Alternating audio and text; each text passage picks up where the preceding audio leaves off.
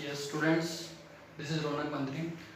आज हम देखने जा रहे हैं हमारे साइंस में जो टॉपिक चल रहा था, थॉमसन मॉडल हमारा कंप्लीट हुआ था। उसके आगे हमारे आया था नेक्स्ट रदरफोर्ड ने जो एक एक्सपेरिमेंट किया था हेल्थ पार्टिकल, तो उसके बारे में मैंने आपको थोड़ा सा बताया था। तो आज हम उसके बारे में डिटेल में पढ़ने जा रहे हैं। तो आगे है हमारा टॉपिक रदरफोर्ड गोल्डफॉयल एक्सपेरिमेंट। रदरफोर्ड क्या थे? एक साइंटिस्ट थे जिन्होंने एटम से रिलेटेड एक मॉडल दिया, उसके लिए एक एक्सपेरिमेंट करा अल्फा पार्टिकल्स का यूज करते हुए। अब बात आती है कि अल्फा पार्टिकल होते क्या हैं। अल्फा पार्टिकल क्या होते हैं? एक पॉजिटिव पार्टिकल्स होते हैं जो हीलियम के एटम जो होता है हीलियम एटम, उसके थ्रू निकलते हैं। तो उसके बारे में अपन पढ़ लेते हैं।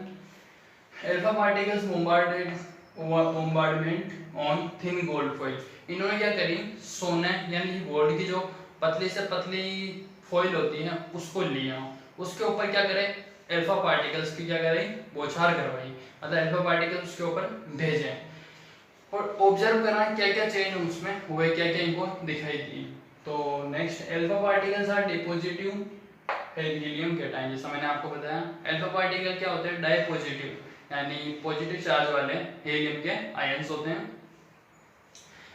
The circular screen was coated with ZNS from inside, यानी कि जो अपने पास सर्कुलर पाथ था जहां से अल्फा पार्टिकल भेजे जा रहे थे, उसके चारों तरफ अंदर की तरफ क्या करा इन्होंने, जिंक सल्फाइड की एक लेयर लगा दी, जिससे कि उसमें कुछ अगर होता है प्रोसेस या क्रिया वगैरह होती है तो उसके बारे में इनको पता चल रहा है कि अंदर क्या चीज हो रही है।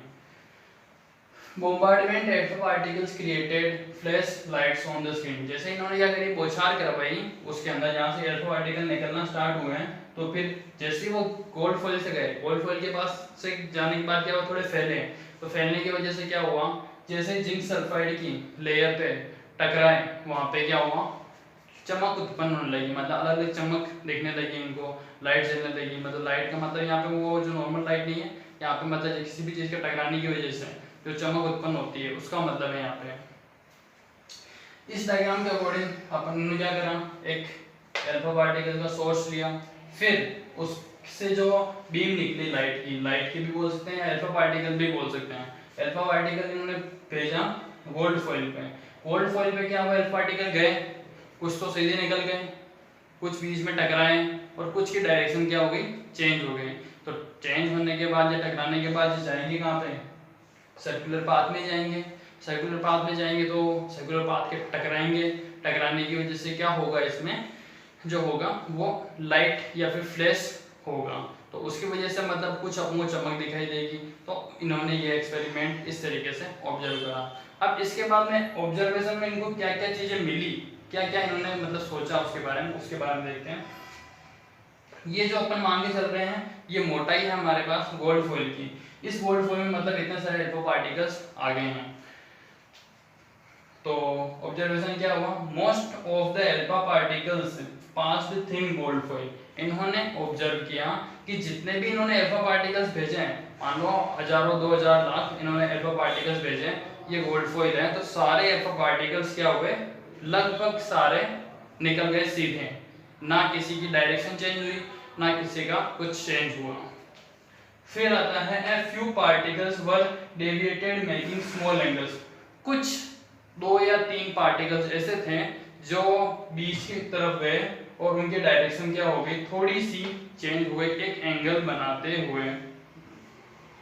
फिर a few particles 1 out of 20,000 return back its own path, यानी कि लगभग एक पार्टिकल 20,000 में से जो क्या हुआ, बिल्कुल बीचों बीच गया, और बीचों बीच जाने की वजह से क्या हुआ, वापस टकरा करके बैक डायरेक्शन में लौट करके आ गया।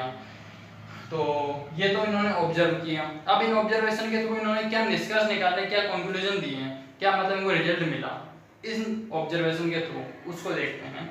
कंक्लूजन, अब क्या है कंक्लूजन में अपने पास फर्स्ट चीज क्या है, सारे पार्टिकल सीधे निकल गए। सारे पार्टिकल सीधे निकल गए, इसका मतलब क्या है, जो अपने पास एटम है उसका पूरा भाग कैसा है, खाली है। तो the maximum part of an atom is hollow, ज्यादातर पार्ट एटम का क्या है, होलो है यानी खाली है।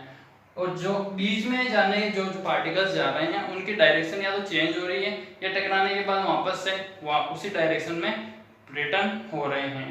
तो फिर all positive charge must be found concentrate at the center of atom, यानी कि जितने भी पॉजिटिव चार्ज उसमें हैं वो सारा उसके सेंटर पे रखा हुआ है या फिर सेंटर में कंसंट्रेट है। Volume of positive charge of atom is negligible in comparison of an atom. अगर अपन एटम की साइज देखें उसके रेस्पेक्ट में देखें कि अपने पास पॉजिटिव चार्ज जो है उसकी साइज तो वो बिल्कुल नए के बराबर हमारे पास हो रही है, मतलब उसकी तुलना उससे करी ही नहीं जा सकती, मतलब पॉजिटिव चार्ज बहुत कम है एटम के मुकाबले।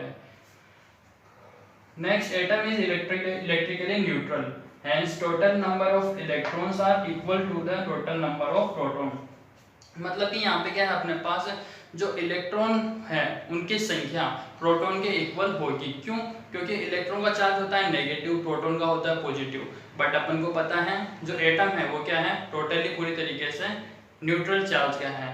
तो प्रोटॉन की जितनी नंबर्स हैं उतने अगर इलेक्ट्रॉन्स के होंगे तभी वो न्यूट्रल हो सकता है, बाकी अदरवाइज वो न्यूट्रल नहीं हो सकता है।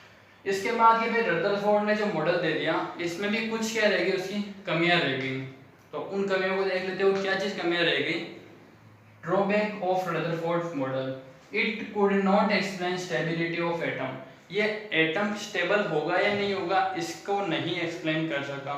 एक स्टेबल होगा तो क्यों होगा, नहीं होगा तो क्यों नहीं होगा। It could not explain the arrangement of electron, electron circular path में चक्कर लगाता है, इस चीज को एक्सप्लेन करने का काम ये नहीं कर सके।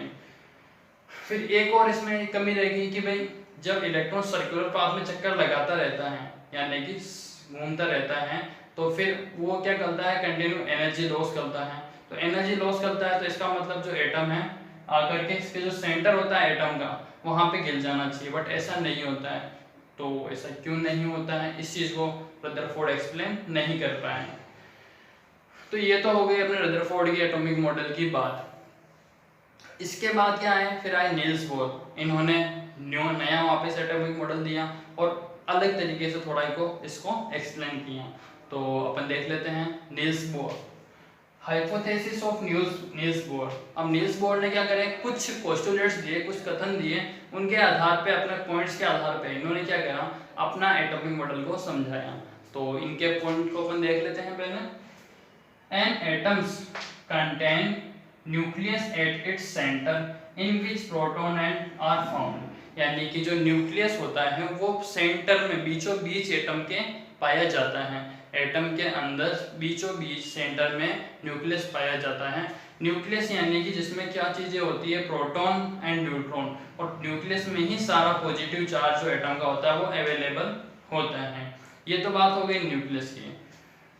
फिर electron resolve in circular path orbit cells. Electron क्या करते रहते हैं, हमेशा जो चारों तरफ सर्कल्स बने हुए होते हैं एटम के उनके ऊपर, या उनको क्या बोल देता है, सेल्स बोल सकते हैं या ऑर्बिट भी बोल सकते हैं, उनमें चक्कर लगाते रहते हैं। अलग अलग सेल्स में अलग अलग इलेक्ट्रॉन्स चक्कर लगाते रहते हैं।